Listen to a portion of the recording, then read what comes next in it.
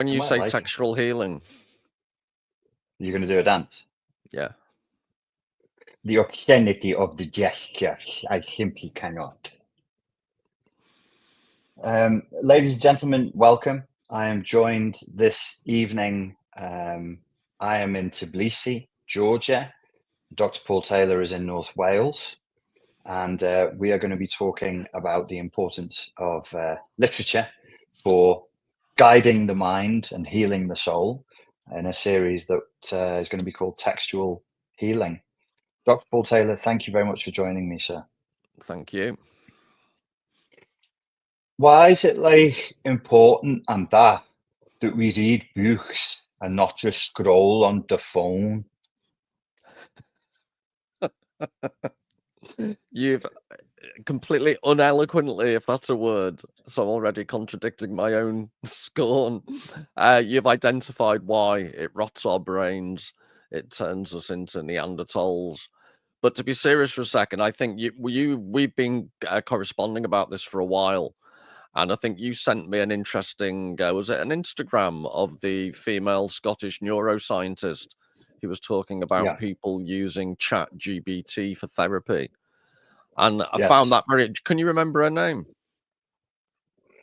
I can't. I'd have to go back through our emails, but I can post a Yeah. comment afterwards and Yeah. add Well, no, it. it's just I think she's become relatively quite famous. Like I say, she's Scottish, relatively young scientist, and she was mentioning that people using ChatGPT for some type of self-therapy is a really bad idea from her professional point of view, because it only gives back to them what they themselves are saying or asking. It's like a mirrored reflection. So that's an immediate reason I'd argue why literature is important, because literature takes you to a foreign place. It takes you somewhere outside of yourself, yet at the same time, it's a weird interior act. So it builds interiority. It takes you into your own head, but it takes you into your own head under conditions of different environment. If you're reading a historical novel, for example, a completely different realm of thought where people acted differently, spoke differently. So it's this very strange thing, but whatever it is, it's not a mirror. It can act as a mirror in the sense that it makes you think about yourself. It makes you look at yourself differently, but it doesn't just passively reflect back to you what you give it.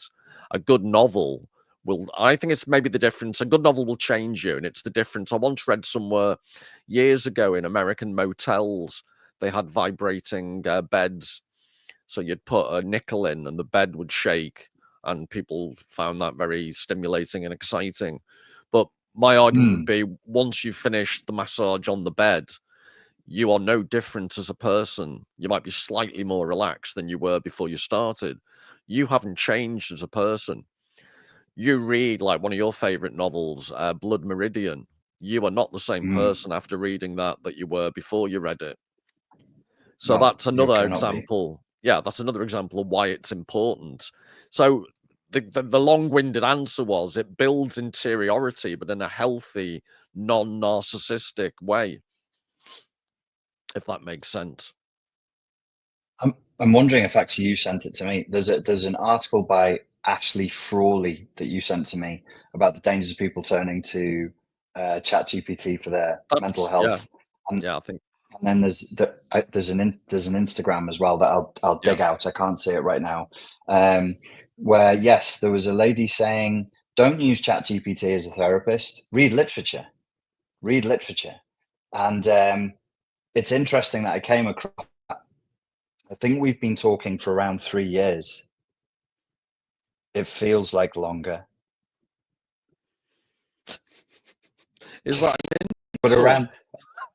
around 3 years ago, I do remember you saying to me that something to the effect of, that we live in a post-literate culture, and that was a big problem. And I really couldn't wrap my head around it. And 3 years later, I'm thinking, God, yes, what an advantage you have if you have read books and do read books Can I over give other you, before I people. forget, because I'm senile basically, but there are two major studies. One, I think it's called the British Survey. Is it the British Survey Attitudes? The British Attitude Survey or something. It's the single biggest survey of social attitudes, I think, in the world. It's been going on for decades. And you saw an article about this, didn't you? And I was already aware of it because I'd seen it independently. But the gist of it was the single biggest social science study in the world has suggested that one of the biggest single indicators of lifelong success and mental well-being is just the simple act of reading. So that's one thing. And then much more recently, it's the University of Florida and University College London. I've just released it's in the journal iScience, I think. They've just done a study over the last 20 years in America, again, a very large study that suggested that there has been a marked, rapid decline in the amount of people who read for pleasure. And this would go to your very initial point about what does scrolling do to our minds. I can't help but make the correlation. Never have so many kids been endlessly scrolling, and never have so many kids read so little. Yeah, which is I was thinking about this on my walk just now. When I was a kid and I was growing up, I was obsessed with reading, and by today's standards, I would have been pretty nerdy. But I was using it as a tool of dissociation a lot of times. So it's not that dissociation from day-to-day quotidian reality. See, that's proof you've been reading. Indeed, from the pedestrian. Well, what? It's not. Yeah, what? Why are you using long words, lad? It's not. It's not that in and of itself it's a bad thing. It's. I suppose maybe I'm building a point slowly in a very roundabout way in conversations with you and with Ed as well. I'm bothered by how much technology does for you. And that's the problem. It's not dissociation. Of course, there's nothing implicitly wrong with dissociation, but when I use the phone, it does nearly everything for me. And surely the next step will be, it will be even more invasive and it will do even more for me. Whereas when you read, you're forced into a middle ground with the author. Like I have to, obviously they've put in a huge amount of work, but I'm doing at least half the work to build the world, because the words are just, scribbles, symbols on a piece of paper. I then have to conjure it up, and every single individual reader is conjuring up a slightly different version of that story. And there's work there. There's exercise there. There's that. I think that's another thing. Sorry, I've noticed there's a question by Yared Lopez, which I'll get to in a second. So I just didn't want them to think I was ignoring them. One of the other things to add to what you've just said about the work you do to add, there's also little things like, look, people can see behind my head. I basically live in a part of the house is a library. But there's an issue about I have a very haphazard filing system, which in itself, by the way, at some point maybe we could talk about, because I routinely find, if anyone asks me, how do you pick the themes for your videos? I have piles of books lying around, and I'll pick a book, and that leads me eventually to another book in a different pile. And I'm convinced my subconscious sometimes leads me to certain books. So it seems like it's a random picking up. I honestly don't believe that. But on a more serious note, when I was researching for various degrees at Edinburgh, there was the fourth floor was my favorite. I've spoken about this in one of my videos.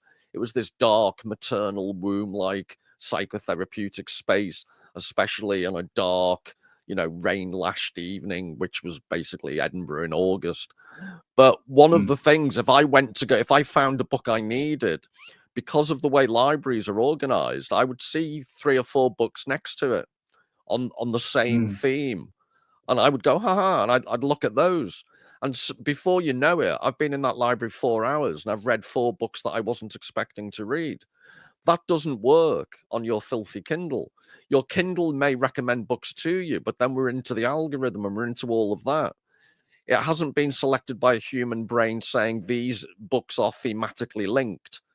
So it's the serendipity of thematic relevance, if that's not a contradiction in terms. When you go into an old-fashioned library, gave you access to serendipitous encounters with mental activity, as well as Yes. the exercise you're talking about. Yes. The Kindle is filthy. The phone is filthy. There's a very here in Tbilisi, there's kind of a hipstery vibe to the place. And one of my fantasies today, as I was walking around and I'm doing work, I'm talking to family, I'm organizing different bits and pieces. It's all through the phone. What would my life look like if I just had The Birth of Tragedy in paperback form and a notebook with a pencil? And what would my brain look like? And I already know the answer to the question because I've done social media fasts before. And when you're bored and you can't access social media, you just read. My brain, I get smarter. I am fucking dumber for using the phone all the time. And there's so much waste because if you struggle with something like you got me to, I'm still wading through Birth of Tragedy. But as you're wading through, trying to struggle to comprehend fresh ideas in other areas of your life come up, you just start thinking more clearly. You just start seeing things. Your brain can start to see things through. Whereas if I'm scrolling all the time, I think my thoughts last about 2 or 3 seconds each, and they're made of Play-Doh, and they just crumble. They just crumble. They're really crap thoughts, like duh, duh, duh, duh. One of the So yeah, truly there is. Yeah, one of the truly scary things is you well know, and you periodically lambaste me for it. I've never owned a Mm, smartphone. I've refused, like mm, some troglodyte Luddite from centuries gone by.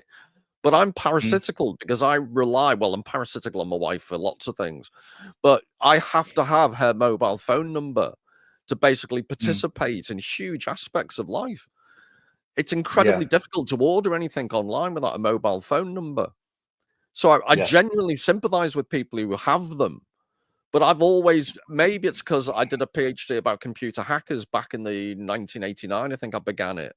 So, maybe I've been lucky, and maybe it's just this misanthropic personality I have, that the last thing on earth I wanna do is communicate with more people.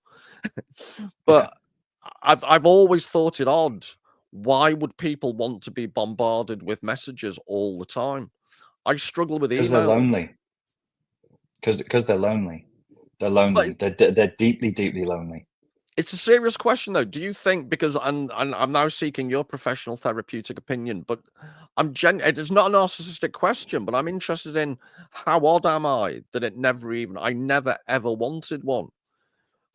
Maybe it's because professionally I could see down the road the harm it might create because I was lucky enough to be I mean, studying around the area.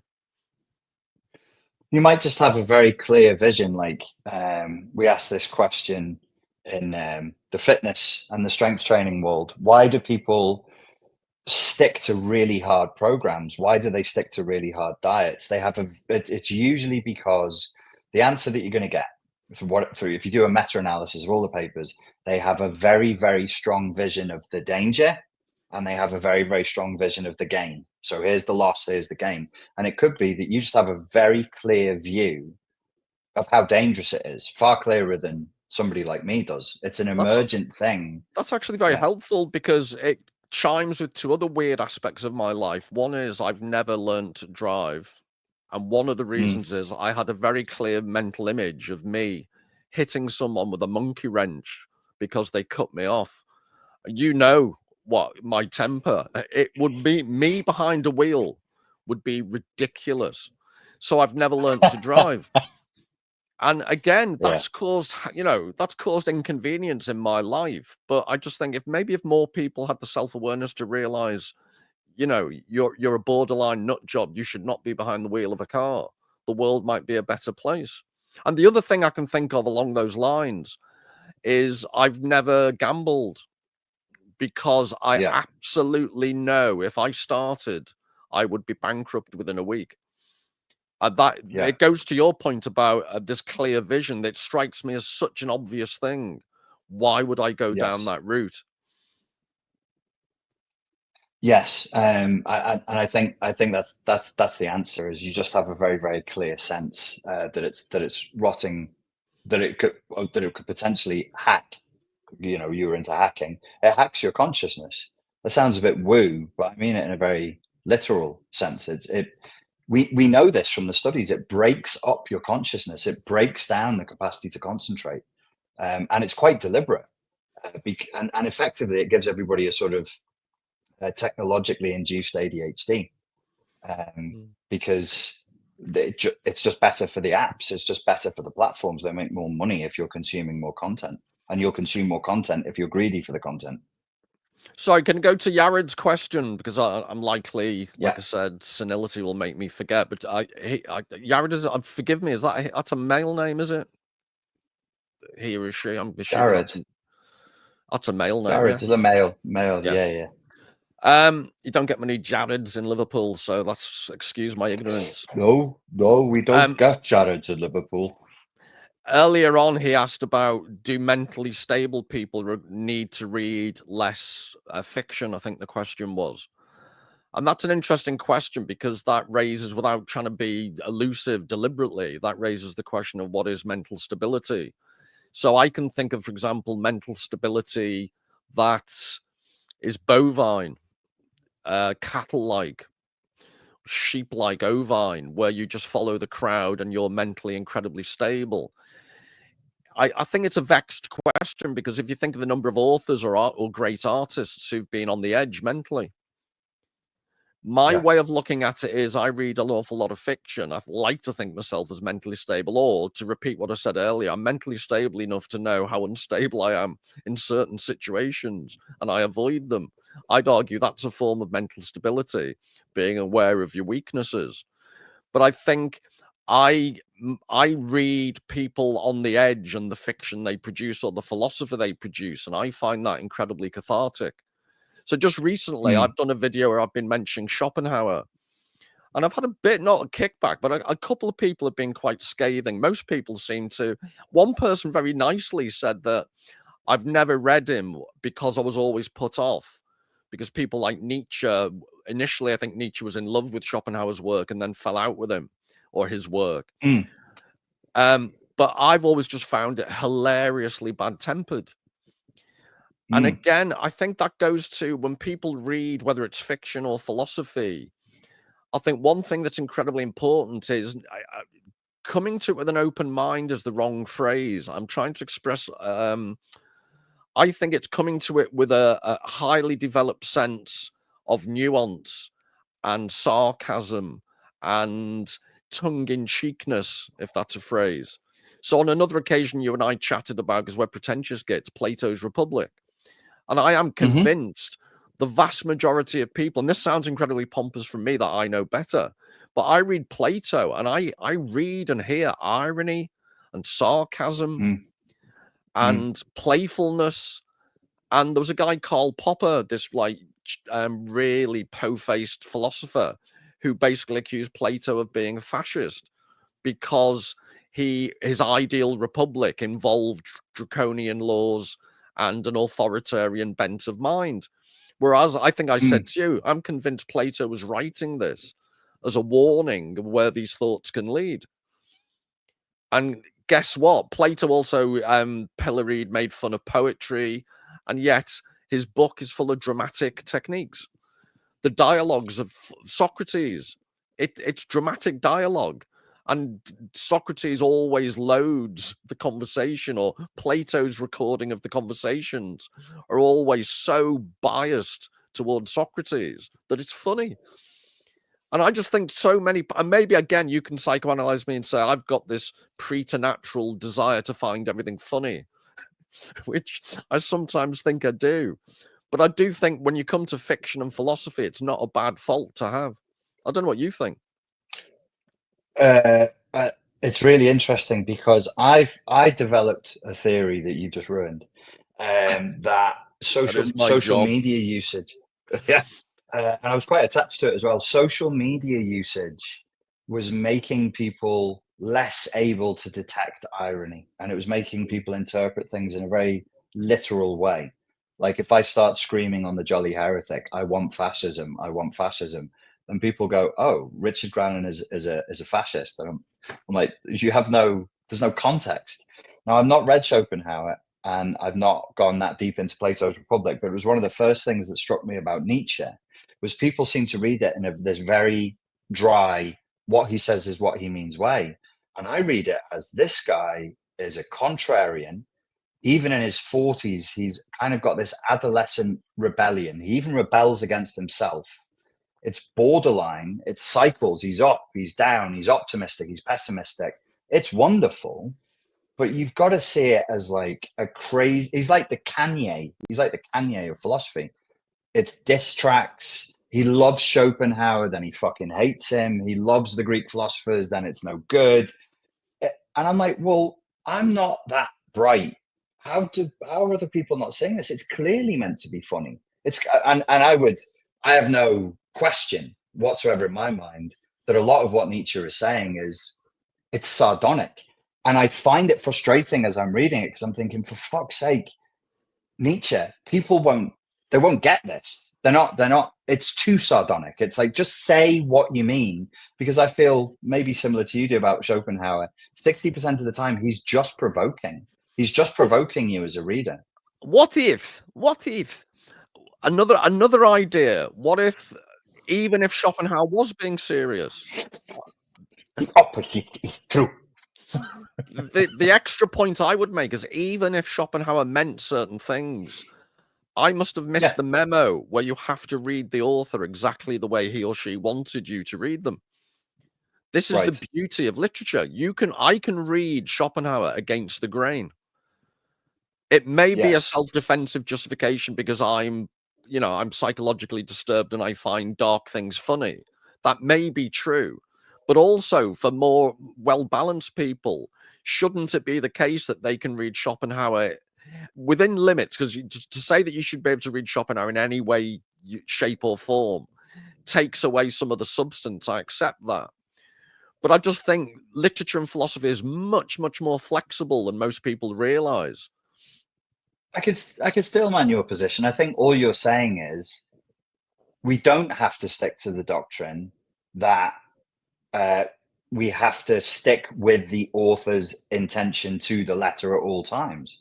We could read Nietzsche, like aphorisms from Nietzsche, and say, well, he was grumpy when he wrote that, and that we're going to take it, we're going to listen to it, but we're just going to.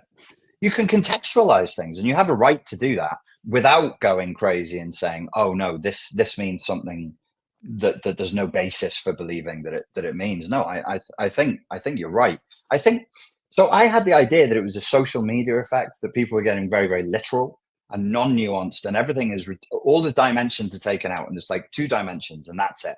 I think you're totally right, and I've pointed this out before. And sorry to reiterate, but the fact that people overuse the word literal, that seemed to me, but that coincided with their complete inability to understand what the word means. So people literally say all the time that literally this happened, and it's like, well, just say it happened. You don't need to use the word. My argument, my suggestion, my theory is people have lost the ability to understand what a metaphor is. Therefore, deep within their subconscious, it's become this weird social meme where people need to overuse the word literally. So understanding a metaphor takes work, and everything that takes work is slowly bleeding out of the culture. So before social media, maybe as a result of consumer capitalism or something, before social media, even in the, I don't know, 30s, 40s, 50s, 60s, people would read, as you said, Plato's Republic without the possibility of it being funny. There was an example that was tickling my brain, and it was really frustrating me, and now I've just remembered it. I've told you about this before, but I don't think I've mentioned it to the audience before. The Book of Job. I don't think that's serious. I think it's a comedy. I think it's an old Jewish comedy. I think it's clearly an old Jewish comedy, and it probably should be read like theater script, like theater notes. Like the whole premise, Satan flies up to heaven and is like, ha, ha, ha, ha, I'm going to pull God's beard and tease God and provoke God to do something to prove a point to Satan. That's funny. And then the horrible things that happen to Job is not an example of saying this is how God punishes the righteous. It's it's just a tragic comedy about how awful life can be, even if you're very faithful, even if you're very, very righteous, with a moral core at the end of it. But I think we should allow for the possibility that parts of the Bible, or some of the books of the many books of the Bible written in thousands of years apart in different languages, might have had a comical intent. I think we should be open to that. Oh, well, beyond comical. So I've mentioned him before to you, but to viewers, Harold Bloom was an American Jewish, one of the most well-read people. I think he died in the early 2000s. And I think his first language, it's weird because he's one of the best read, very incredibly articulate, but he always had a very, very slight accent. And I think it's because Yiddish was his first language and he didn't learn English till about 3.5, 4, I think I remember reading. But he has a whole theory about, and it's not just him, there's a huge load of scholarship about the various books of the Old Testament and who wrote them.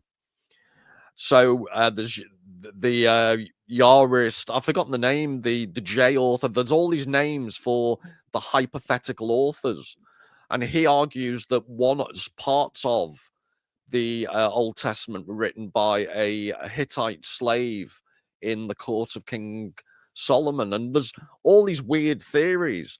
But to your point, there are many layers, different authorial voices. There's comedy, there's tragedy. The Old Testament, and it's why I get so defensive about Judeo-Christian culture against Lipton. I honestly believe it's a massive thing because our whole society, our Western society, was premised upon this idea that there is a book full of nuance that you can read as a religious text.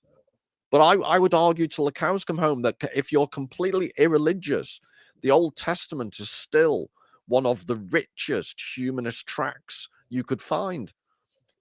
If you want to think that Yahweh is just a beardy man like me on a cloud and it's nonsense, that's absolutely fine. But the beauty and the depth of the Old Testament is truly stunning. And I plan on doing I'm always in this bind. I would love to do some videos on the Old Testament, but it's finding a way to do it that doesn't turn off and alienate everyone thinking you're trying to evangelize. I'm a card-carrying devout agnostic.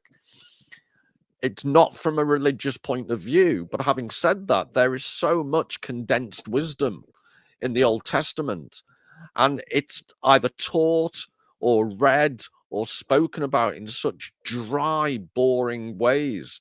So one very quick anecdote. There's a is it Mark Glauberman? I think he is. He's an American rabbinical scholar, and he talks about when the myth of Noah, when Noah lets the dove out, and the dove comes back. Well, I think it's an olive twig or some type of twig. He also let a raven off the boat, and the raven never comes back. And no one ever mentions or asks the question, what happened to the raven? And he makes the point that the dove is connected to finding an inhabitable human space. The raven is a wild creature, so it's obviously found somewhere and stayed there. It's got no link to humanity. And he develops off the back of this his theory that the Old Testament is all about when God says to humankind, you have dominion over the world. He's describing how there are various layers of importance in creation. And to say we have dominion over creatures doesn't mean we should be cruel. But there is something unique about humankind. And this was the Bible's way of expressing this. And you can go into so much depth, but I'm guessing that the vast majority of people aren't familiar with that type of interpretation. Who came up with that idea? What was the guy's name? I think it's Glauberman, Glouberman, Mark Glauberman from memory. He wrote the books called The Raven and the Dove. But he's got a whole trilogy of books about Old Testament interpretation. And that put me onto stories like the Tyra Babel. Is absolutely fascinating. And I think we looked at it one time on one of your shows, and it's about 18 lines of text. And this isn't an idle threat. I will do a video where I will do a series of videos. I could talk about those 18 lines of text seriously for easily 10 hours. And that's one of the questions I'm now heckling myself. If someone said to me, well, what's so important about literature? I'd suggest that good literature lends itself to endless interpretation. Whereas if you gave me a Barbara Cartland novel, how long could I speak about it for? There's a very practical test. How long can you speak about a piece of text for? And is that because it's not because I'm a genius? It's because within that piece of 18 lines, there is so much sedimentation of history, theology, philosophy. A Barbara Cartland novel is a, cerebral free zone. So, okay, that's interesting. So then, if we can rate the quality of the book by how many different ways you can interpret it, that would mean the book has a psychedelic properties in its essence, psychedelic in the sense of mind expanding, not drug-like. Well, drug-like, like a psychedelic, but it's mind expanding. It's not mind closing; it's mind opening. Well, remember And the you idea finding the remember that idea the image I conveyed to you of in the previous talk, the palimpsest. For those that don't know, a palimpsest is a document. So in olden times, they'd write on animal skin or papyrus, or paper was incredibly expensive. So they'd erase what had been written and they'd write again. But there were traces of what had been written before. And that the example I think of is like archaeology. You know, when they do an archaeological dig and you can see layer after layer, the soil sediment. Yes. And there will be artifacts from different eras at different levels of the soil. That's what good literature's like. And it's what absolutely, if anything in this world makes me mad at the moment, it's this younger generation cancelling of history. We will not discuss something because it's wrong. And it's like, well, they had different values, they had a different ethical worldview. But we will judge people by today's standards, and we will refuse to engage with anyone who's tainted by the past. Strikes me as one of the most profoundly stupid attitudes to life I've ever encountered. And it's the mainstream. It's bizarre. The cancel culture ever got so far. What's a Luddite? What does a Luddite actually It was mean? Thomas Ludd. It was the people who used to smash up the machinery and the cotton looms in the Industrial Revolution. As the Industrial Revolution was taking over, I think Thomas Ludd was Okay. the organizer. They'd smashed the looms because it was putting people out of work. So the younger generation who are very, very motivated by social justice movements and identity politics and social justice ideology could be said to be neo-Luddites in that regard.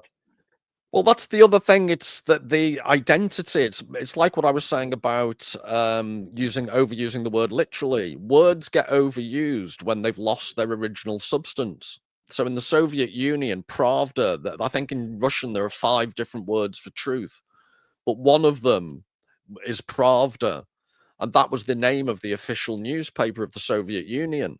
But you get the irony that the least truthful publication in human history under Stalin was called The Truth. And you see this pattern in culture all the time. So when people obsess about identity, it's a pretty good chance that they have no identity. They're desperately scrabbling to express their lack of identity. So they latch onto this word. Okay, okay, let's hold on to that for a second, because you were mentioning before how literature builds interiority, and that's not yours, that's Harold Bloom's concept, if I recall. Yeah. So if people aren't reading, and we're all reading less, then we lack interiority. Is this why people are complaining about the rise of the NPC, the non-playable character, or you meet people and they just seem to be soulless, they seem to not have any interiority going on. Is that? I wonder if there's Well, a correlation with that. yeah, I'm becoming, forgive me, because, if you read a lot about a particular topic, which I have recently have you heard of the otaku in Japan and the hikikomori, the shut-ins? Oh yeah, And the the otaku are Shutins. the Yeah, people, they're not shut-ins necessarily, but the otaku are the people who are borderline obsessed, but massive fans of anime and manga right. to an extreme degree. And I'm fascinated by, so I'm doing, my next talk's called something like the Anomy of anime. See what I did there? Mm. Anomy being this listless restlessness, this lack of purpose, the breakdown of social values. Well, in Japan, for various reasons, it's particularly extreme. And that's interesting because I'd argue shut-ins are more common in places like Korea and Japan, not necessarily because those societies are more dysfunctional or repressive. What they found is in places like the UK or America, our dispossessed, lost young people tend to be much more likely to end up on the streets. Whereas Japan is quite affluent and family means so much more. So people will actually cover for people who decide to become shut-ins. They will provide for them materially in ways perhaps that doesn't happen in the UK and America. But Mm. the fact that social wide, you could lose interest in society and the world around you to such an extent. When I was talking about literature as interiority, the flip side of that is the hikikomori, which is a malign form of interiority that has no outlet. It's this idea of talking to chat GPT. It's GPT, sorry. It's this endless self-referential loop. Whereas if you read good literature, you may be alone in a room, a dark room, but you're not festering in your own juices. Your mind is going elsewhere. It's back to my point about you change as a person. Whereas the hikikomori don't change. They're in an arrested form of adolescence. And that's an interesting aspect. One of the things that you and I have briefly spoken about in the past is we seem to be in a society in the West at the moment that has many features of adolescence, but amongst adults. And this retarded adolescence, this lengthening of adolescence into people's mid-30s, maybe nowadays. The average age of a hikikomori in Japan is now about 32. It's and they're not actually adolescent chronologically, but mentally, I'd argue they are adolescent. And as a society, this idea that words, you've seen this in the UK, people are being prosecuted for tweets. 30 words are now criminal offences. That strikes me as an adolescent attitude to life. I learnt on the playground, sticks and stones will break my bones, words will never hurt me. As a society, we are more childish than that. It's bewildering. I have so much to say.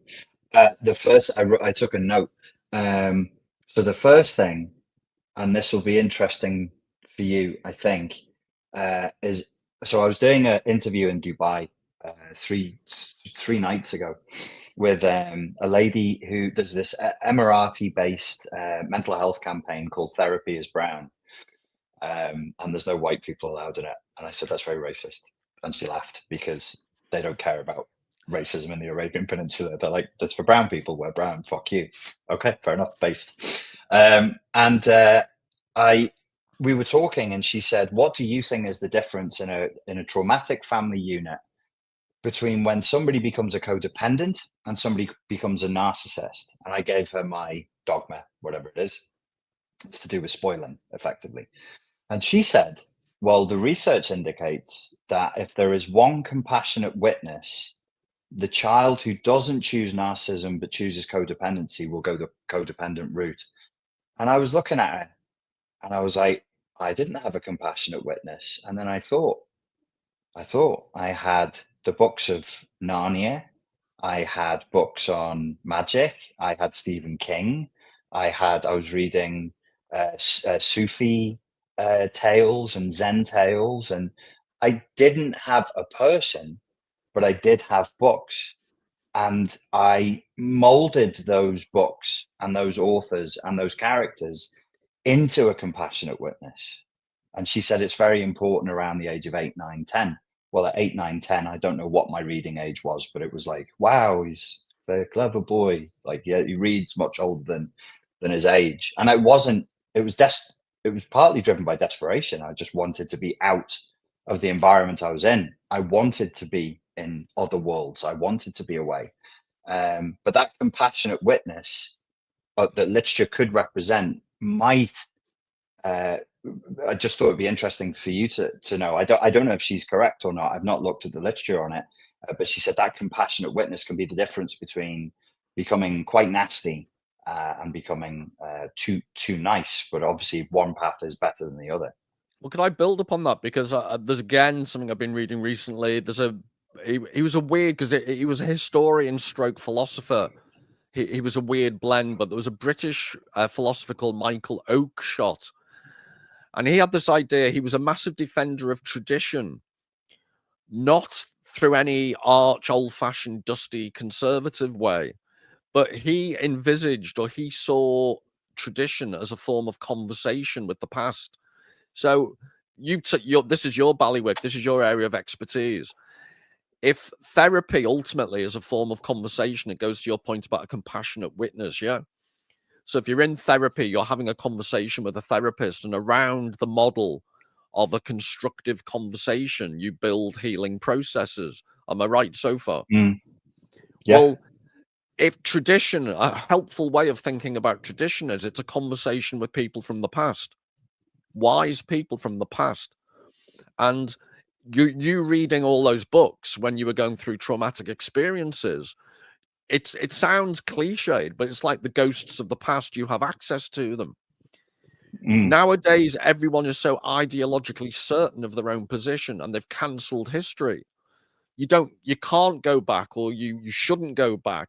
Why would you read Shakespeare? Patriarchal, phallocentric, white, stale male, pale, blah, blah, blah. And it's, unfortunately, he was also borderline the inventor of human modern Western psychology. There hasn't been a dramatist of his level ever, and there won't be again. And not to be able to have access to Shakespeare as a compassionate witness is horrifying to me, but that's the reality we're in now. Yes. And this is my experience at university. The most intelligent conversations I had about Shakespeare with students, first of all, I should observe those conversations were rare because I wasn't teaching in an English department. So the response I would get is, why are you mentioning Shakespeare? Will it be on the test? And what's this got to do with communication studies? And when I ever did have an interesting conversation about Shakespeare, it tended to be Scandinavian students whose English was better than most of the English students. And they'd been brought up fully aware and immersed in Shakespeare. And for whatever reason, you don't want to turn this into a political diatribe, but for whatever reason, English students are some of the last people you should speak to talk to about Shakespeare. How sad is that? It's almost like we're like the spoiled kids who inherit a kingdom and inherit wealth, and then we just become decadent slobs and we don't care about it. And when I'm out of the UK, which I am more often than not now and have to be, you speak to Arabs, you speak to Pakistanis, you speak to somebody from Iraq, and they'll say, "What's happening to your country? What's happening?" And they have obviously it's a fantasy and it's based on books and films, but fantasies are important, they're powerful. What happened to your great nation? What happened to Great Britain? What happened to royalty and to your history, to your tradition? What are you doing? What's happening there? And I'm like, I don't really know. All I can do is just opt out of participating. I'm powerless. I'm interested to hear what you have to say, but and yeah, they would associate the greatness of British history. They'll usually mention Shakespeare. They'll usually bring Shakespeare up. Everybody knows who Shakespeare is, and everybody knows about the empire. So you're talking about people who fought against the empire, and they're sort of looking back whimsically going, oh, that's a shame. You're losing it, or you've lost it. It's gone. Everything's Yeah. gone. All of your traditions have gone. And it's just interesting because it almost sounds, I'm trying to have not a dissociative out-of-body experience, but I'm trying to look at what I'm saying as somebody else. And it almost sounds deludedly quaint, almost pathologically nostalgic, to find it upsetting that Shakespeare isn't dying out, but in the UK education system, it's barren times. And why that should matter. Like I say, it seems almost quaint, and yet,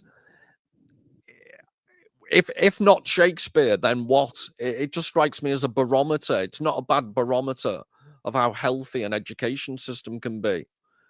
And I remember, excited of the old Father Time thing, but when I did my A level in English, you had to memorize chunks, and now memorization is phallocentric fascist behavior.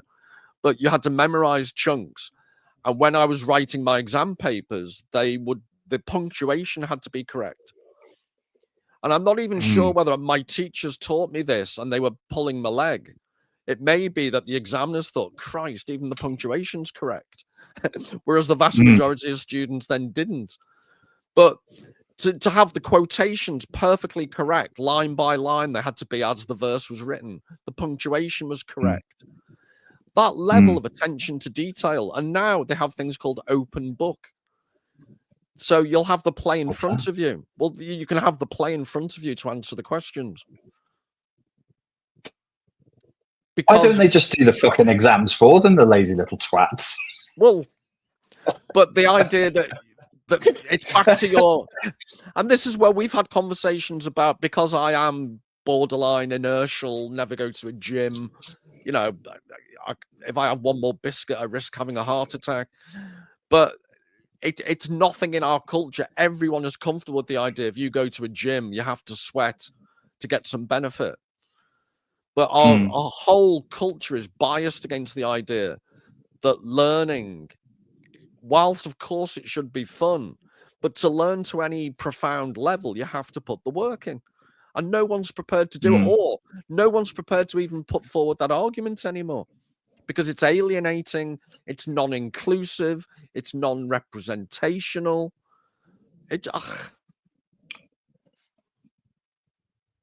Okay, what's the fix for that? Do we just have to go back to sort of a more of a Schopenhauer Nietzschean view and say, look, nature is competition, it's not equal. The notion of equality is contrary to the natural world. This is a perversion of the natural order. Compete, let hierarchies form, and let the best man and the best woman dominate the hierarchy. Why are we so scared of that, and why can't we bring that back? Yeah, except I'd be careful about, because you know me quite well by now. I'm actually not.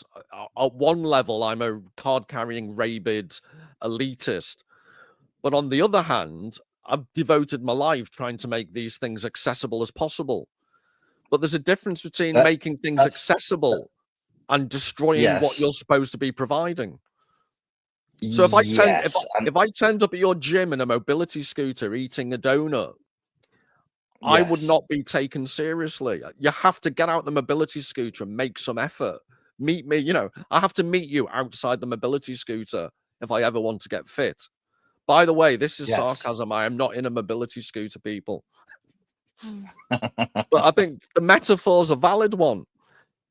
If people are prepared to get out of their intellectual mobility scooter, I am one of the most patient people on earth. But I'm not going to watch them in a mobility scooter eating a donut and saying, yes, that's okay. That's just as good as reading Shakespeare. It isn't. But not everybody has the genetic proclivity to go to the gym. Not everybody has the genetic proclivity to be a plumber. Like, neither of us would make particularly good handymen. Isn't there scope to say sorry it's accessible? Richard. Sorry to interrupt you, but there's one slight contradiction on that. I am probably worse than you and the world's worst handyman. I once my coffee grinder went on the blink, and without even Mm. thinking, I had it disassembled and fixed in 25 minutes. And my wife looked on, agog, completely shocked. She'd never seen me use a screwdriver. But because my coffee was It's threatened. called motivation. Yeah. It's called motivation. Which brings us potentially full circle. The answer to the question is, how do you address this problem, is to find ways to give people the motivation to want to read. And I'd suggest if you're Sure. an I just wanted to address that point about access. I think it's a Zizek point. I think it's him where he warns of a permission becoming an injunction. And I think that is a natural human progression.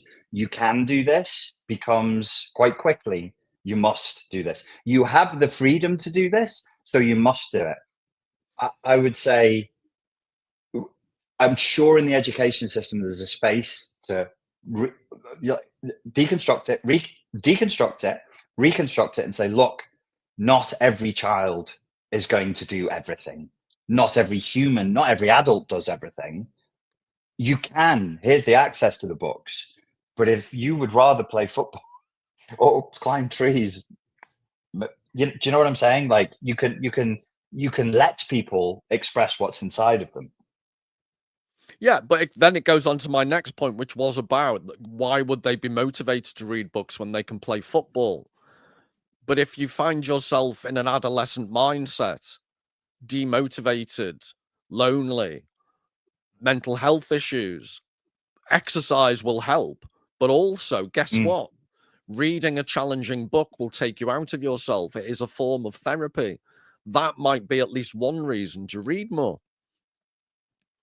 Or if you're, for example, some of the things you talk about, if you find yourself in an abusive relationship, I could recommend a pile of books that would explain to you one of the things that, forgive my ignorance, it's not my area, but one of the things I get the sense is that some victims of abusive people struggle to understand how that person could be doing it to them. Well, my God, you can read a few novels. I could explain to you how a psychopath thinks. That doesn't involve looking in the DSM-5, but actually explains in accessible human terms why this evil bastard is ruining your life. Let me absorb that, because that's pretty important, actually. Let me tell you something. Dr. Paul Taylor. Many years ago, I came up with a healing modality, and it was called emotional literacy. And it worked extremely well for a fairly small proportion of people, like 20% to 25% of people I gave it to. And in my zeal and my I gave up recommending it about 4 or 5 years ago, definitely pre-pandemic. And in my zeal and my naivety, I didn't know that people had they'd never asked themselves how they felt about anything. And it was like your mobility scooter eating a yum nut. You show up at the gym and I say, right, warm up on the assault bikes, give me 20 burpees and then do 10 pull-ups and then we'll get on with it. You'd be like, what? I don't even know the words you're saying. And I'm now wondering if the emotional literacy exercise, which was an exercise literally in becoming more literate. So instead of saying, I'm fucked off, I'm fucking angry, you would go and define, is it resentment? Is it sadness masquerading as anger? Is it all of that? You delve into, but that delving into is a world building. It's actually world building. I now see in this conversational context, it's the development of an interiority. And for some people, it was horrifying, especially when they saw me so enthusiastic about it. And then they could see other people were getting great gains from it. And they couldn't even put the pen to a piece of paper and write down. They're like, I'm pissed off, I'm upset. And I'd say, but in what way? Like, so here, I'm fucking angry. And then I'd be like, okay, here's 3 circles. Break down what the other adjectives for the anger are. Couldn't do it. And it was alienating people, and it was freaking them out. So I was like, okay, I have to drop it. But I'm wondering now if that's a question of literacy itself. Yeah, and then we get into chicken and eggs, and I think I've said to you before, Marshall McLuhan once said that a chicken is an egg's way for creating more eggs. The causality of these things is incredibly interwoven. And to what extent has it always been thus? I think it's worse. I think, there is a tendency to think things are always better, back in the old days, but measurably, even illiterate people went to churches where the images on the church walls related to the stories they were being told by the priest. And the position of the church in the town was the most important spot. The spire reaching to heaven. All of these things, there's an organic interrelationship of all these symbols that provided meaning and context.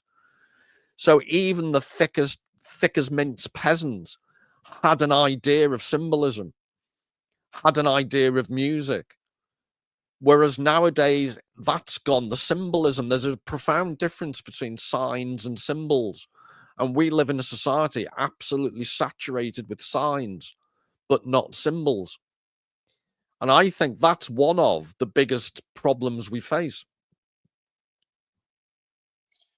Just build out the difference between signs and symbols, could you, please? Well, it goes back to the point I made about how long can you talk about something. It might be one way of thinking about it. So if I showed you the golden M of McDonald's and said, Richard, you're quite an articulate, verbose person. Talk to me about the golden M. I think you'd struggle for more than 10 to go beyond 10 minutes. Yes. Right. I show you 2 minutes. I show you a sign of a crucifix. You could go on for days. Why? I could kill people with boredom. Yeah. They would rather be crucified than fucking listen to me go on about the crucifix. But what could be a simpler?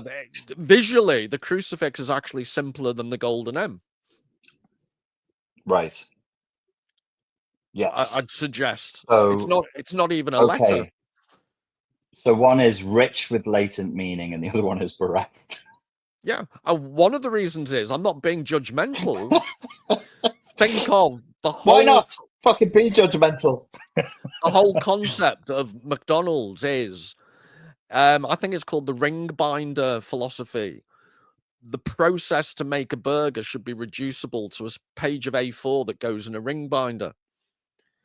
The whole idea is wherever you go in the world with certain things, so for example, trying to get a beef burger in India may not be easy.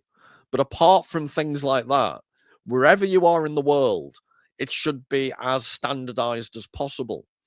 So that whole process is devoted to getting rid of nuance, getting rid of complexity, getting rid of subtlety, whereas a symbol is based upon the exact opposite philosophy. A symbol is based upon building meaning over generation after generation after generation. I'm glad you've said that because something's just clunked into place for me personally. So I have been online, running an online business since 2004, and I was taught it was Americans are very, very good with sales and marketing. So I learned their methodology. And the thing about selling information products is literally the ring binder. So the original information products would be delivered to your door physically, and it would be like 3 DVDs and a ring binder. And you could be spending an awful lot of money on that based on the value of the information that was inside that. And it's very reductive. And I only realized in the last 4 months that I've been doing that for 20 years. And I'm constantly got this superego injunction that says, nobody has the concentration. Nobody has the attention span. They want it quick. They want it fast. They want it fast. I'll keep the story brief. So at the beginning of this year, in December, I made a course called the Fast Track course, and I released it, and I didn't feel good, so I pulled it back. I think 100 people bought it, and I pulled it back. And then I went back to the drawing board, and I said, okay, what do you want to do? And I was like, I want not the fastest way to help people overcome narcissistic abuse. I'm going to do the biggest fucking course I want to, and I'm going to cover everything. And if it's 25 hours long at the end of me making this thing, let it be. And if people don't want to listen to it and they haven't got the patience, I say go to the next guy. But I feel better because it's not finished yet. It's 80% done, and it's no stone left unturned. And I just came to the conclusion: fuck it. If you want it fast, good luck, because you won't get better. You won't get the results. If you want the results, you must understand all of this. All of it? Yes, all of it. All of it. Otherwise, you'll keep backsliding. Your therapy will go backwards. So I'm glad you've said that, because it reaffirms for me that it was the right choice. Yeah, and I had personal experience. My example to back yours up would be I used to do quite a bit of Radio 3 and Radio 4 in the UK, which, as my late father used to say, I have a face for radio. And what I found was it was this intellectual program, supposedly, but I was never allowed to talk in an intellectual fashion. There was this straitjacket. Apart from anything else, the format. If they had 10 minutes of radio time, for example, there might be 3 guests, and per theme, you're allowed 5 minutes or 3 minutes. And if you actually work out how many words you got to say, and it's one of the few things that makes me optimistic, is the whole YouTube environment at least allows things to be discussed at length. At least it gives us that, rather than this cookie cutter that the media works to, where they'll say things like, and now we're going to, in a news program, now we're going to go to the Middle East, and they'll describe the complexity of what's going on in 3 minutes and show a load of repetitive images. And we wonder why people have no ability to comprehend what's going on in the world. I think that's part of the same collective content producer superego injunction that runs, that says no one's going to listen, no one's got the attention span, everything needs to be fun and funny and fast. Do you know how fucking hard it is to do psychoanalytic theory fun and funny and fast? It's a fucking nightmare. And I just said, no, I'm not. This time, I'm not. I'm going to deny the superego injunction. I'm just going to. This is how it's done. And God, in human history, when people were actually developing a skill because we just had time, the idea, I mean, in martial arts or whatever, that you would train, on and off 3, 4, 5, 6 hours a day, it was completely normal. It was a completely normal thing. But you know what the effect of that was? They were very, very good. And trying to get to the levels of people in history at that level is bloody hard if everything is broken up all the time and you're constantly being pushed into different silos and your consciousness is being shoved in. You'll never learn to play the piano. You'll never learn to do a beautiful crescent kick. You'll never, do you know what I'm saying? It's almost like an anti-work ethic that the culture's developed, or an what's the word I'm looking for? Not work, but the discipline to let something build. I don't know what the word is. Forgive me, because I've used this example with you before, but I think it's an important one. The idea of reading Proust for most people is risible. They're never going to read In Search of Lost Time. And we've had this discussion, and I would say if you read a couple of hours or 1 hour every single night, you could read, depending on your reading speed, it might take you 2 months to read the whole thing. I appreciate 2 months isn't nothing, but 2 months is not a decade.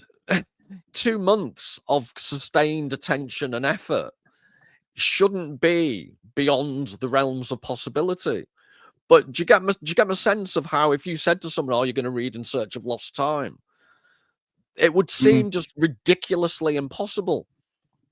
No, I'm embarrassed. I'm embarrassed to say to people, "Go read the Brother Karamazov," because I know the response I'm going to get is going to be like, "Fuck off, mate! I'm not reading, lengthy Russian literature." And I'm like, "Well, okay then, stay where you are and waste your life scrolling TikTok or watching fucking Love Island or something, and then whinge that nothing makes sense."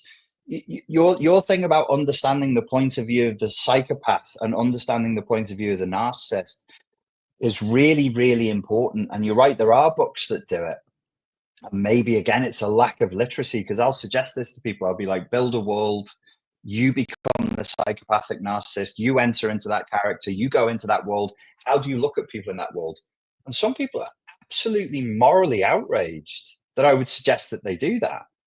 And I'm like, you can do that in your mind. It's a sandbox. You're not hurting anyone. I liked reading Pillars of Fire. I like reading about the ancient Spartans. That was child abuse. It was physical and sexual child abuse. It's wrong. Yeah, it's wrong, but it still fucking happened. And it still produced a result that we as human beings should be interested in and be able to study without feeling enormous. I don't know, is it a microaggression or whatever secondhand exploitation we're engaging in, or whatever reason there is to not want to understand an amazing piece of history, an amazing piece of human history. So I just got distracted. Someone in the comments are saying this is a question of taste. There are good books and bad books, and there are good films and bad films. Taste is an inescapable. There are judgment calls. But I think what the person's ignoring is the point I made earlier about there is complexity and there is lack of complexity. If you want to try and take it away from subjective taste judgments, and go, if you don't believe me, do the practical test. Try and talk about the golden M for 10 minutes and then try not talking about the crucifix for 15 days, even if it's only to say how much you dislike it and everything it stands for. But this is, I've come across this before, this idea that, well, you just think that's a good book because you're a pompous git or whatever. Sometimes it's not even a question of me thinking it's good.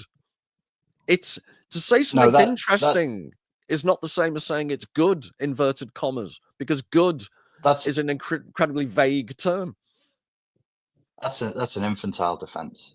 I've heard people say that about Nietzsche, or they'll say something passive aggressive like, you pretend you understand Nietzsche because most people don't, and that means that you're deep. And I'm like, it's not a flex.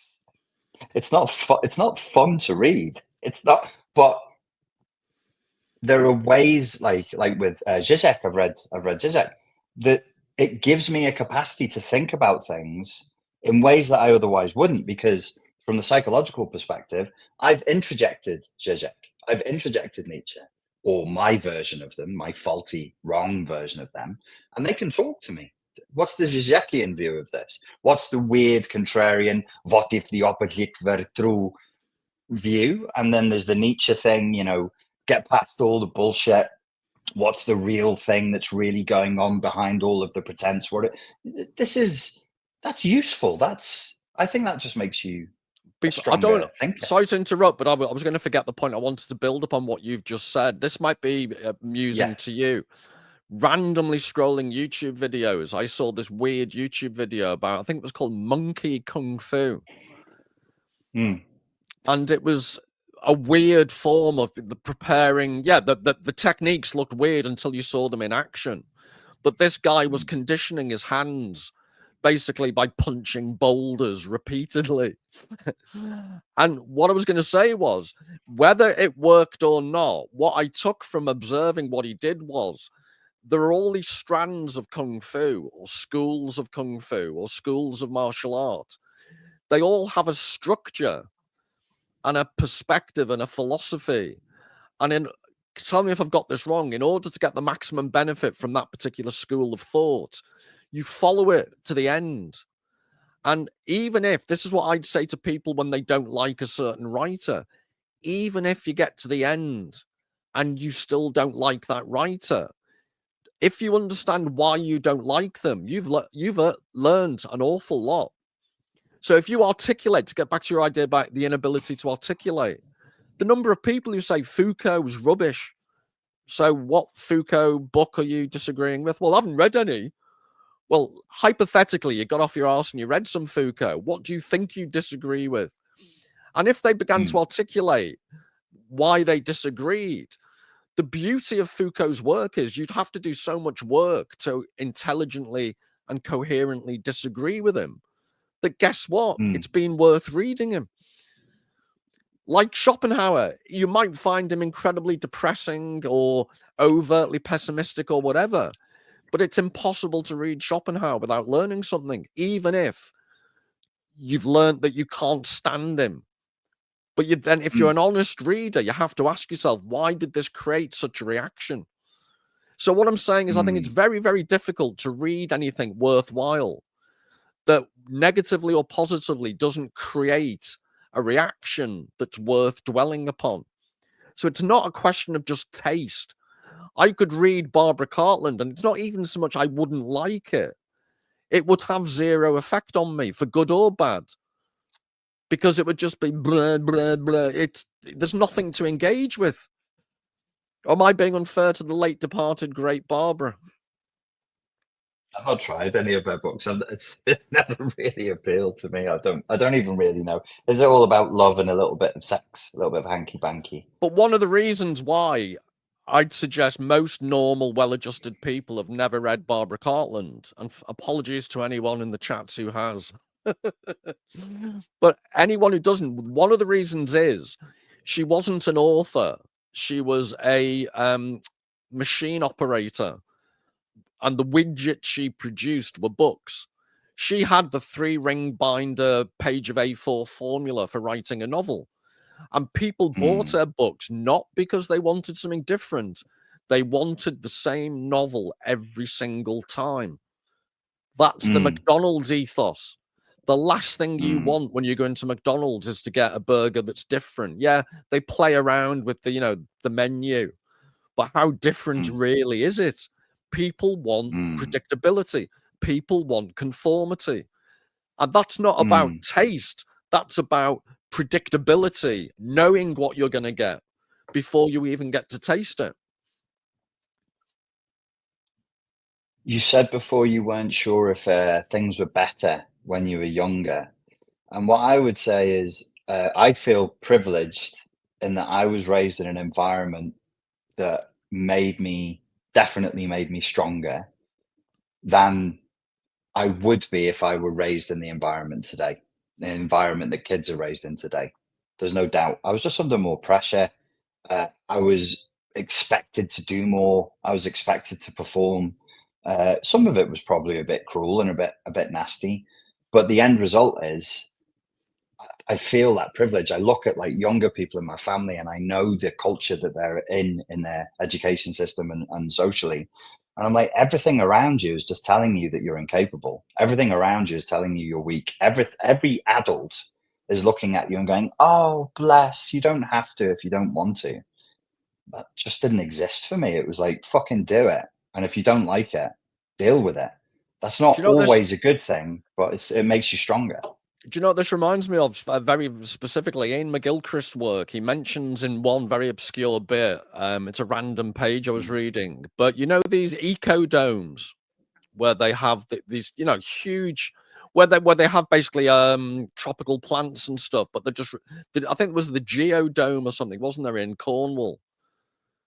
Oh yeah, there are these massive structures where they grow plants. So it's almost like a mini jungle in a completely anachronistic site. So I think they used geothermal heating from somewhere off Cornwall, and they had this big geodome. But anyway, one of the things they found was trees. They struggled to get trees to grow. Any idea why? Go on. Because it's to your point. There's no wind in a geodome. Yeah.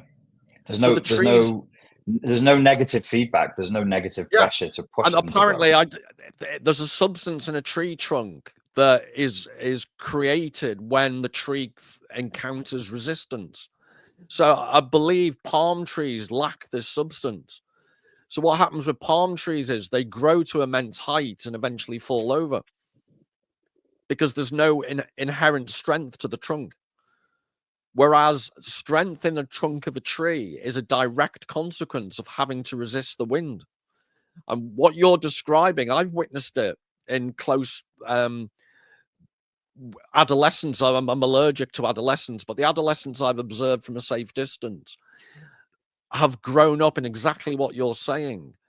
They've been indulged to the nth degree, But the most indulged people I've ever seen, and this is amongst my relations when I was growing up, the what I thought, sometimes you think, oh, I wish I had different parents. The people I knew who had the best, most indulgent parents actually didn't do a lot in life. Because they were not dysfunctional, would be an unkind way to describe it, but they didn't have any inner resources. They didn't have any drive. If they failed their exams, it was, oh, try again and you'll do better next time. Or if you don't, it's okay. My parents, like, you come back with less than an A, you're not getting pocket money for 3 months. And people may say that's cruel. It didn't affect me. So it's all good. I'm fine, you twats. No, I know what you mean. I have young friends from the gym. I say young, they're in their 30s, and all of them, young men, they all live at home with their parents. And you talk to them about it, and they're like, well, the economy's bad, and rent is high, and things are different in our generation, and blah, blah. And I'm like, it's also nice for you. And parenting's changed. Parents want their kids to stay home. My parents created an environment where I was like, I cannot fucking wait to get out of here. Give me my driving license. Let me get a job. Let me get a credit card, and I'm leaving. And it's not, look, we can either have the measuring stick be good or bad, but if the measuring stick is strong or not strong, resourceful or not resourceful, there was a way of doing things that made you resourceful. I don't think that abuse is necessary. I don't think you need a chaotic environment to grow up. But how about encouraging kids to leave home and just say to them, like, by the time you're 18, unless you really should go somewhere and start living and either go to university or... Can I build on your previous point about the Spartans? Because I'll grudgingly admit leaving young infants on hillsides is slightly excessive. I'll grudgingly give you that one. I think we'll both go there, especially if it's just because they're a bit ugly or malformed. Even I think just leaving as the elements is a bit cruel. I'm saying it because I'm conscious of your audience, so let's pretend I think it's a terrible thing. Oh, this is the philosophy channel. You can say what you want here. If it was on the other channel, I'd be like, whoa, shit. But just think from a purely practical point of view, without the Spartans, the Battle of Thermopylae and all of that, we wouldn't have a Western culture that we have. So the Athenian culture that everyone absolutely idolizes and everything that came after that, all our idealized notions of democracy, justice, all these things were only made possible because of a tiny little tribe of psychotic Spartans.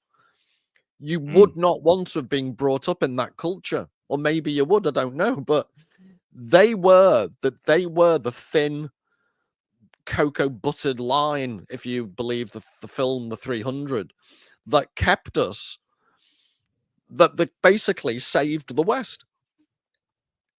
Yes.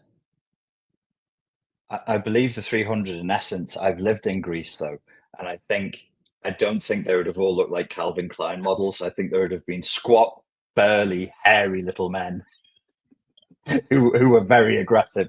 But yes, I do think so, and I think there's a broader point about maybe it's a question of civilization. As we become more civilized, you value hardship, strength, confrontation less because it's counter the notion of civilization, and so there's a temptation probably to try and kick it all out.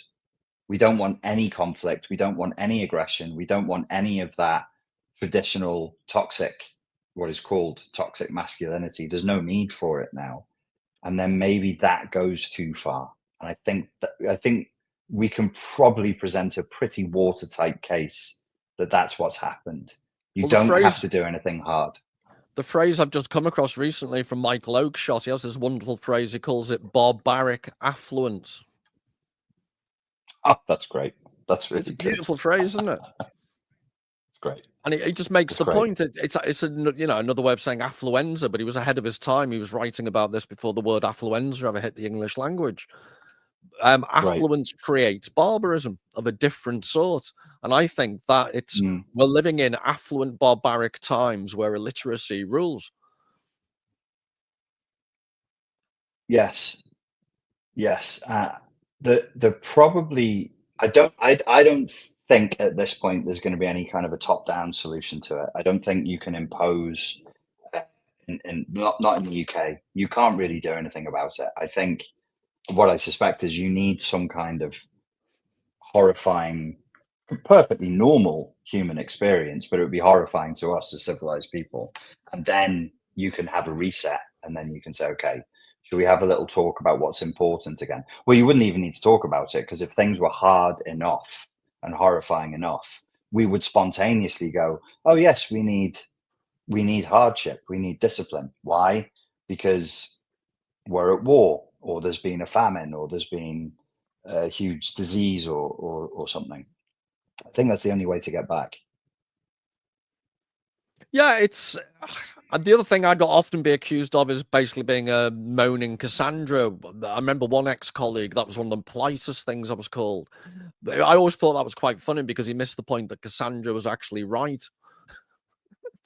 Yeah. despite the fact she nagged, she was actually right. And I just think the tipping point, we've gone beyond it. But I'm trying to find ways to be optimistic. So, and again, it goes back to the idea of how do you motivate people to read? The way I ended up teaching cinema at university was because students read so little. I wanted to be able to analyze a film in a way that provoked them into resenting the fact I could interpret it that way and they couldn't. So then they have to go off and read Zizek and others to provide the same level of analysis. So you're basically very politely goading them into getting off their backsides because they loved film. Likewise, Yes, I would suggest there are rare occasions like Breaking Bad or like Mad Men. There are certain TV productions. We are in a genuine golden age of TV production. And to be able to explain to someone Breaking Bad has certain Shakespearean elements to it is potentially a way to get people to go off and read Shakespeare. yes, and it would be to the other point. I sort of, there's so many things going through my head. I didn't really finish it before. The superego injunction, the collective one amongst content producers and entertainment producers, that nobody has any attention left and nobody wants that, is proven false time and again. So long form YouTube videos that are philosophical debates, not ours, not yet, but there are others that get millions of views. Breaking Bad did very, very well. It was quite a complex story. It wasn't a story for simpletons. The Sopranos did very, very well. And it wasn't action-packed mafia assassinations. It was a psychoanalytic character study that was actually very psychologically literate and very carefully and well written. So it proves, it disproves the idea that people just want slop. They want easily consumed slop. There'll always be people who want that, but then I think what's happened is humans have been banded together and say, all of you want slop. Well, clearly not, and that's why Hollywood's failing. But because they've not. Yeah, the one slight counter argument to that would be that as long as you're watching something like Breaking Bad, you're getting dopamine hits from the New Mexico scenery, from dramatic incidents. So I'm not decrying it. Its quality is exceptional, but then there's the counter argument. Well, you're not sitting in a room concentrating on a book, and the ability to do that when you've spent your whole childhood being exposed to smartphones. I'm asking a genuine question. How long do you think most teenagers now can physically go without looking at their mobile phone? So the chances of them reading for an hour without going, just even checking their phone. Teenagers, have you seen how 30-year-olds act? People in their 30s, they're on a fucking 25-second cycle. I'll watch them, I'll stand there and I'll be looking at them, and you're conversing with them, or I'm in the gym with them, and the hand is in the pocket. It's like this nervous tick. And I'm like, I said to my mate in the gym the other day, you waiting for an important call? No. So put your fucking phone away before I stamp on the fucking thing and concentrate on the set you're supposed to be doing, you tit. Oh, fuck, I'm sorry. I was like, fucking hell, I'll shove that thing up your ass. But it's nerves, it's conditioning, and I really think it's just broken a lot of young people's boundaries to bits, and they don't think they can cope without it. This is the thing I really neglect about the message that's been sent to the younger generation: is you're not resilient, you're not strong, you can't cope, you need help, you need all the assistance you can get. And I'm like, why are you telling them that when they're kids? What I did when I was in schools, when I worked in the education system, I treated the kids the way I wanted them to act. If I wanted them to be young adults who could take responsibility and get on with their lives, that's how I talk to them. Like, how are you going to live? I don't treat them like babies. They're not babies. But the way that you treat them, they tend to reflect it back. I think that's the other good side of literature is the author of the literature doesn't know the age and the location of the person who's ultimately going to read it. And that's why it's good to, 14-year-old, well, I was 14, 15. I was engaging with fairly difficult pieces of literature. And I think that maybe is a missing piece in this whole mental health crisis that people are going through, is they can't cope. Whereas if they had more interiority and they had more literacy, they probably would be able to cope much more easily. And in a bizarre sort of way, I'm thinking out loud, but sometime, because I'm, pretty much an insensate organism, insentient organism, and I lack emotion. But sometimes amidst the piles of books, I might just for a second think, oh, I'm a bit overwhelmed. I can't move for bloody books. And then what I've learned to is just, for want of a better phrase, I lean into it. It's like doing backstroke in books. It's a sea, it's an ocean of books. And my response is I'll buy a few more. Because if you let it, you can be overwhelmed. I've already got many more books that I'll ever live to read. But it's diving into it and knowing you're never going to master it is part of what I find to be a cathartic relief, if that doesn't sound counterintuitive. It doesn't. And it was one of the things that I wanted to mention because Nietzsche, who you made me read, forced me, he did. Is it the Birth of Tragedy? It's not this one. He talks about a Greek cheerfulness. Here it is, Greek cheerfulness. And it seems to be, you know far more about the ancient Greeks and Greek philosophy than I do. There does seem to be this resilience and a cheerful attitude to life, even knowing that life is going to be hard and knowing that it's going to be tragic. Is that something that you took from Greek literature? Yeah, so an immediate example would be Euripides, Bacchae. And to cut a long story short, but basically it's all about the Dionysian, which relates it to Nietzsche.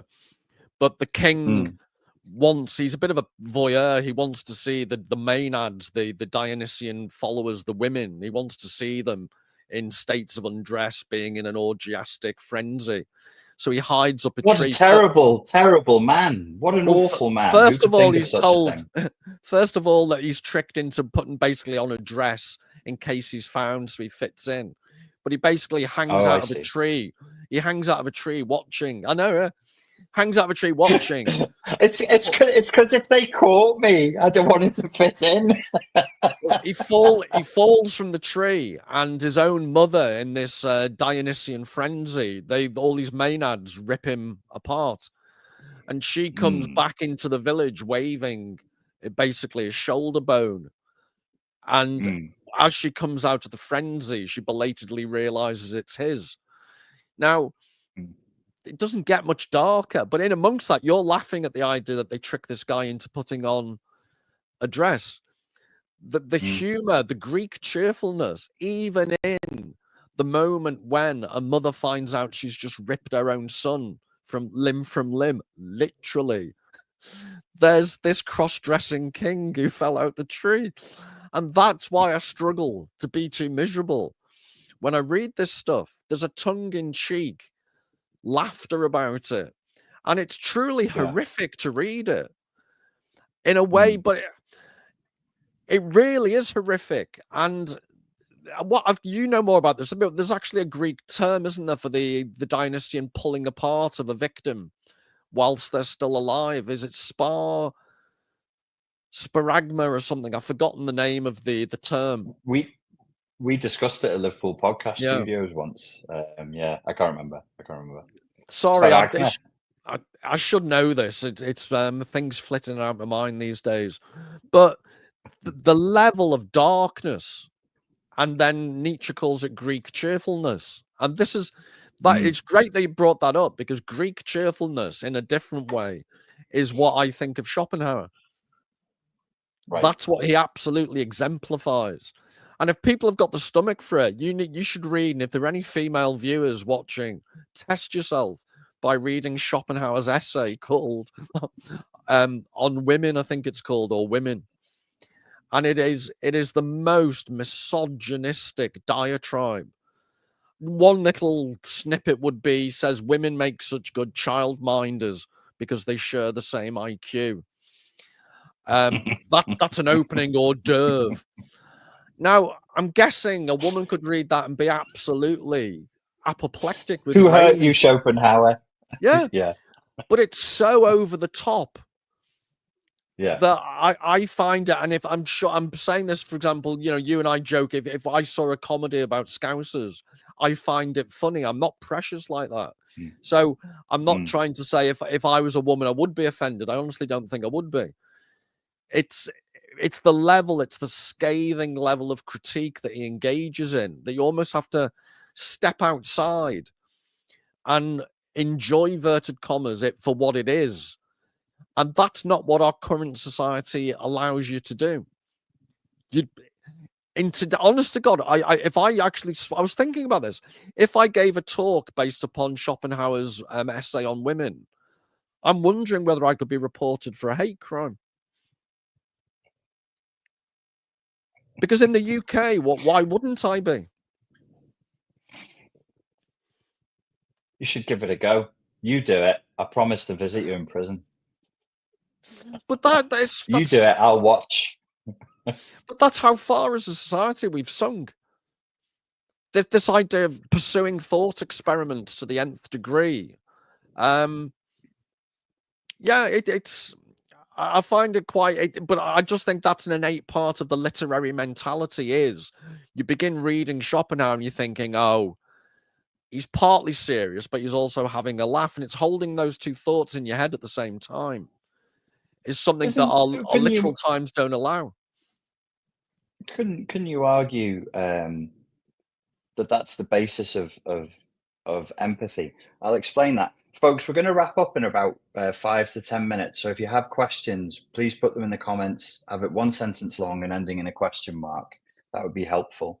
If I read Silence of the Lambs, and part of it is the perspective of Hannibal Lecter, and I'm enjoying seeing the world through his eyes. And in I can't remember which of the books it is, it describes the childhood trauma that he experiences in, I think he's Lithuanian, that causes him to become obsessed with cannibalism. And I'm enjoying that. It's not, I'm living life through somebody else's eyes. It's not that I want to do those things. It's that it's so alien to my worldview. I find it fascinating. And there's an empathy in that. Empathy in the sense of the ability to simulate somebody else's reality. That's what literature makes you do. It makes you simulate reality. It makes you simulate potential future realities and, broadly speaking, historical representations of reality, for however accurate they are. And that continued simulation of reality and different people's perspectives, I really think that that's the thing that gives you an advantage. I think that's the thing that when this, I'll post in the comments afterwards, folks. There's a really good video I sent Dr. Paul from Instagram of a lady. She's a neuroscientist, Scottish, you said, I believe. And she's describing how literature can fill in the gap in people's mental health that Chat GPT is trying to, but shouldn't. I do think that's a beginning place of empathy and being able to see, being able to argue an argument that you don't agree with. Everybody should learn how to do that. Learn to argue from sort of perspective you don't agree with. More than that, can I give you a specific example? I have to be careful the language you use because of the YouTube censor, but you'd know this better than I based on your background in psychology. But it's a very common phenomenon, for example, for women to have fantasies of being assaulted. Yeah. But it doesn't mean, of course, it doesn't mean they actually want it to happen in reality. But from all my readings in psychology, it's a very, very common fantasy. And I can see the parallel with literature. You do not want to have the mind or experience of a psychopath, but you do get some type of mental catharsis by putting yourself in their place. Just like a woman may fantasize about being assaulted, whilst it would be the last thing on earth she would want to happen in reality. They're two different things. But we live in a society where the ability to delve into that distinction and dwell in the fantastical as a form of mental catharsis, I think that's one of the aspects we've been talking about. Our society's become so non-nuanced and so literal-minded. Those type of psychological subtleties have been lost. And the ancient Greeks could do it. The ancient Greeks could put themselves in the mind of a Dionysian, frenzied, rip-apart people, orgiastic nutter. Whereas we've lost that ability because there are so many prohibitions now on thinking nasty thoughts.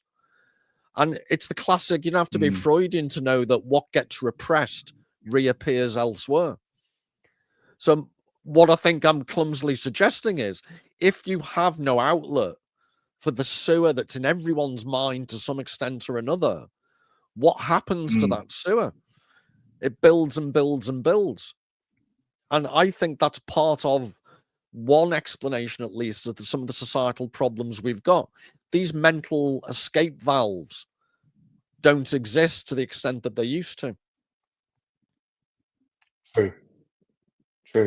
Oh, yeah, that's probably, why people liked horror literature, why they like horror films. There's a thing that people say in the music industry. The people who sing love songs and are very cute in their branding and very nice, apparently are awful people. The people who are like Nine Inch Nails and they're on stage screaming their trauma into the void and smashing the instruments up, and they're dressed in black and they have makeup everywhere and everything's pierced and they're covered in tattoos. Apparently they're lovely. They're some of the nicest, kindest, most softly spoken people. Yeah, you could call it the Ozzy Osbourne phenomenon. Yes, it's all out. There's nothing left. There's nothing inside. There's nothing hidden. There's nothing inside that's hidden away. I can't see many. Have you read Fernando Pessoa? Have you read Fernando Pessoa? It's Book of Disquiet, yeah. Did you like it? Yeah. There's just, I like that there is, you just got me thinking though about there are so many things I'd like to do, but for all the reasons we've been discussing, how best to do videos that make things accessible. But it's your point about doing what you want to do rather than what the algorithm tries to make you do. Yeah, I really strongly believe that you should just tell the truth as you see it.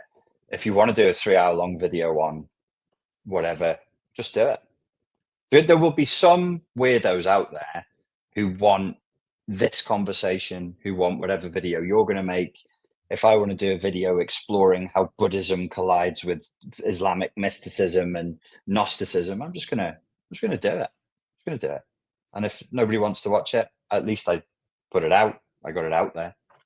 Yeah, no, but just to finish on this idea that I think I'm being self-reflexive also, that for someone who pontificates about the dangers of dopamine hits, the way social media works, the way in which someone like me can also hook, line and sinker, check your numbers, Find a thumbnail that's attractive. Find a title. All this stuff. And this is why you're so resistant to mobile phones, because you know within a very short time, the interface is so well developed it hacks your consciousness, and the collective superego injunction is get more likes, get more followers, look at your subscribers. The whole platform and template, when you open it up, is giving you that information. Nothing's saying, oh, you said something really weird in that video, well done. You said something that nobody's ever said before, or you thought an unthinkable thought and expressed it here. Nobody's going to reward you for that. No, yeah, you're right. You're right to be fearful of the phones, careful of the phones, and careful with technology, because maybe you and I within was just thinking, a few weeks of interaction, you're in. As you were talking, then I was thinking you and I should do a video with the working title along the lines of Nietzsche, why our subscribers are so stupid, and see how well that does. So like a Nietzschean provocative essay, why our subscribers are so stupid. And then the next video should be called Why We Are Such Clever YouTubers. Yeah. In homage to old Friedrich.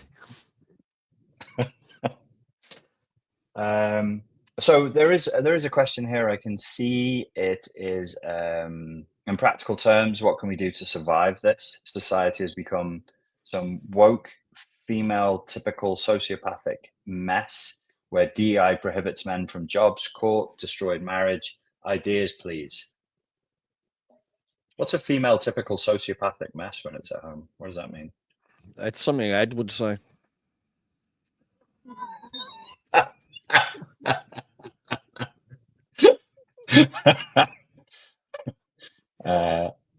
That's Real Men Eat Steak asked another question. Yeah. Real Men Eat Steak also asked, should we all move to Qatar like Richard? Richard hasn't moved to Qatar. Real Men Eat Steak. You just watch your colon, sir. Steak is good, but not all the time. No other questions I can see. Yeah, the quick answer. The quick answer to that would be this notion of interiority. Try and find ways to build it. Society as it's going is the problem. So you need. This is why I'm interested in the hikikomori.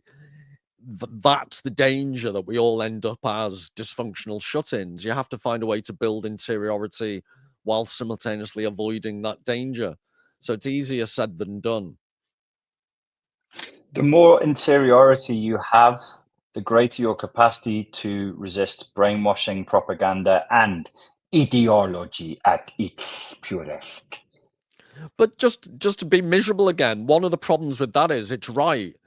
Interiority. What I'd also argue, though, is don't be fooled into thinking a really healthy level of interiority doesn't necessarily safeguard or guarantee happiness, because then you're in my situation where you just look on the world on a daily basis.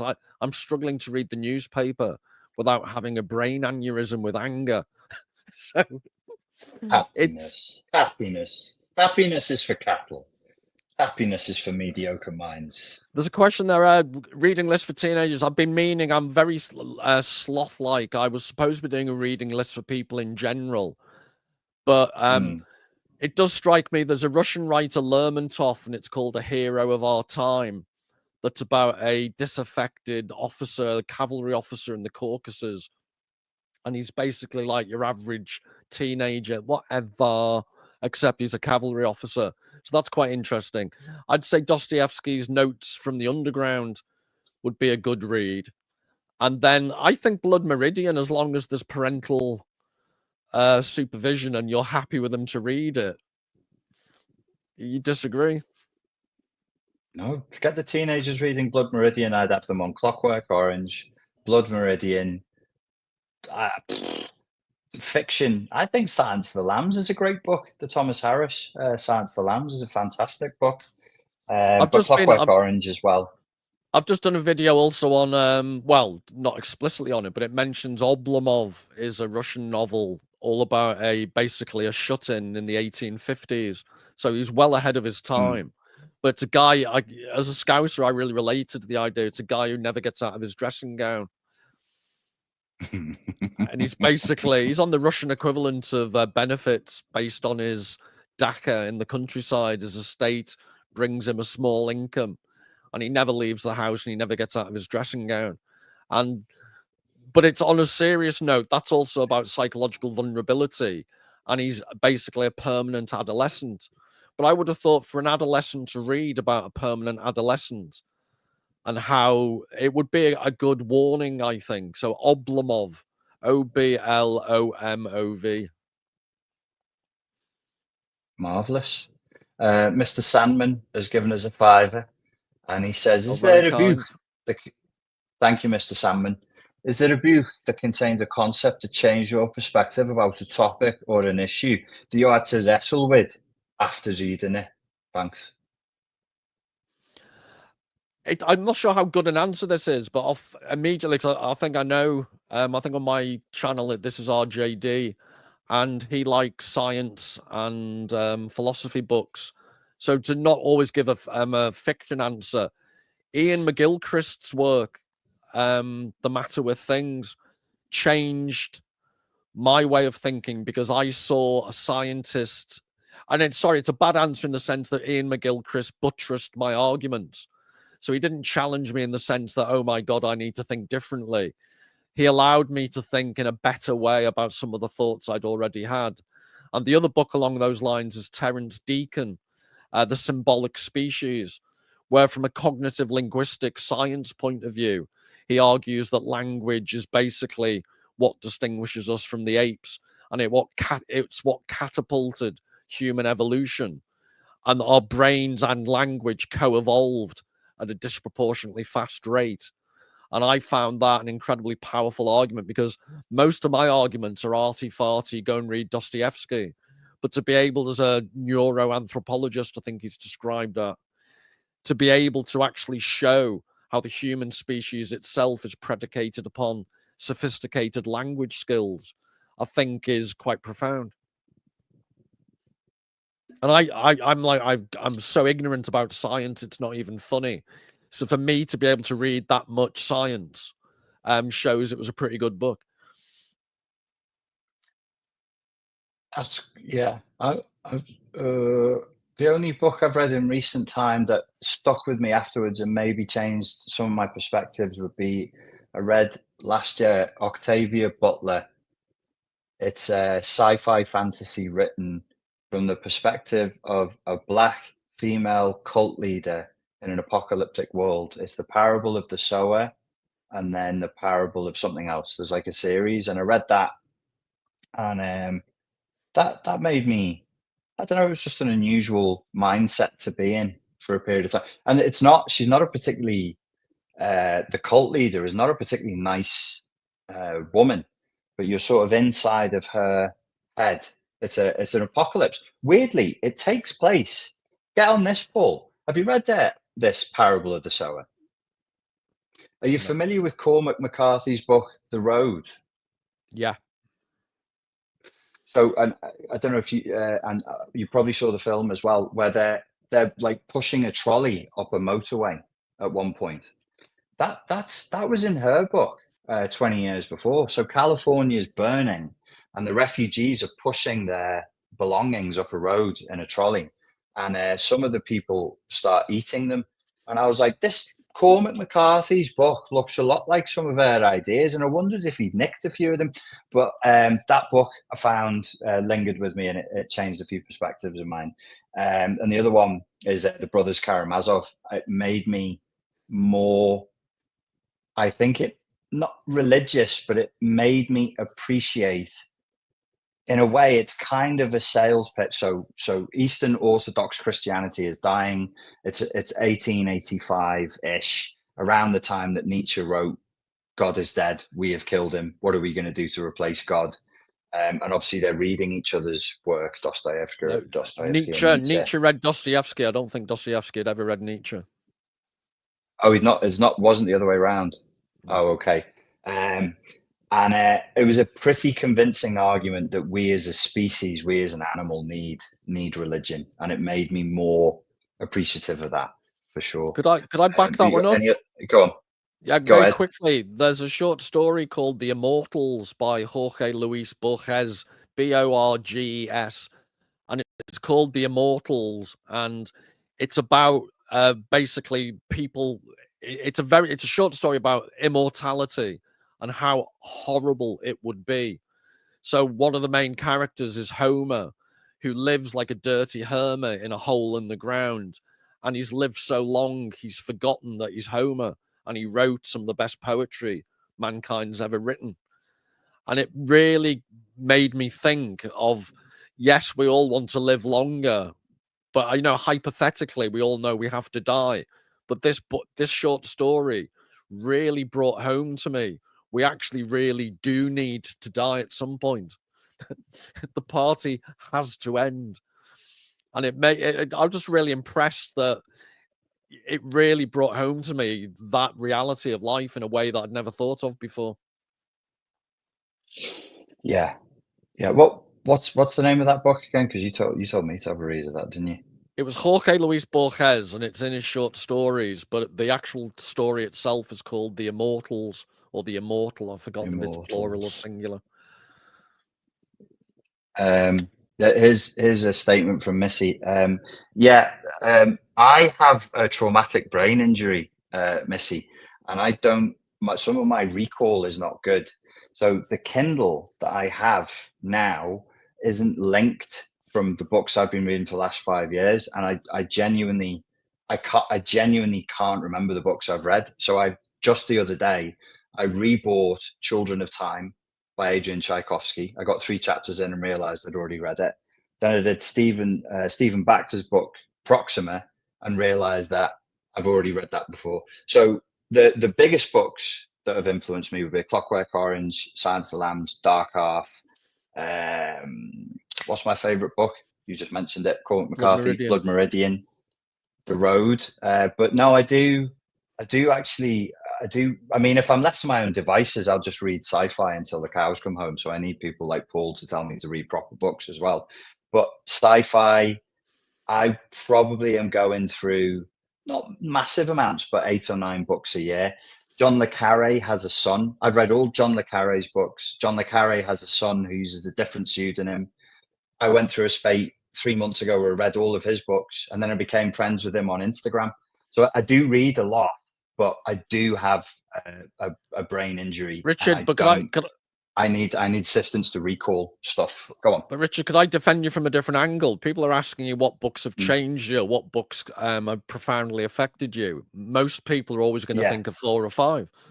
So you're going to keep repeating. Yeah, that's true. Because God knows how many books I've read, but I always come up with the same 4 or 5 because they're the ones that really affected me. Yes. I even thought on the Philosophy channel, when I read a book, I should do a short video about it. It's good for audience engagement. And if I liked it, I may as well. Like Children of Time, the Adrian Tchaikovsky book's great. Proxima is great. The 3 body problem.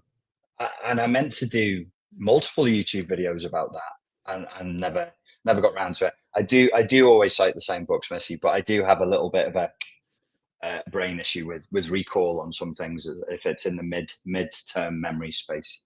Anything else that you'd like to say before we wrap, Dr. Paul? I appreciate this conversation. I've enjoyed it a lot. I don't really care if the audience did because I'm quite narcissistic like that, you see. No, I think it's been a very, very thorough and comprehensive. For me, as always with you, it's unpaid therapy. I'm not paying you, is what I mean. That's what it is. It's therapeutic for me as well. Very, very therapeutic for me as well. Your brain injury has you courtesy chat. Oh, for fuck's sake, she's awful on Richard. She also said thank you. I think at one point she said thank you for the word salad, but your words mean nothing. So it's like you've come on a philosophy channel and you don't like words. So good luck with that. Yeah. I don't know what's happened with Missy, but she's obviously not happy with me for some reason. Maybe I didn't answer her Instagram DMs or something. Mate, thank you so much. We're going to do this again, folks. The series we're going to do is called Textual Healing, which is Dr. Paul's name. Go on, say it properly. The series we're going to do is going to be called Textual Healing. He wants me to use my chocolatey voice when I say that. It's a bit like Ed's chocolatey voice. Let's we'll I guess one of the things we'll have different themes that we cover, and I guess we'll drill down on certain books as well. And ladies and gents, thank you very much for your time and for your attention, and we look forward to speaking to you very soon. Cheers. All the best, everyone.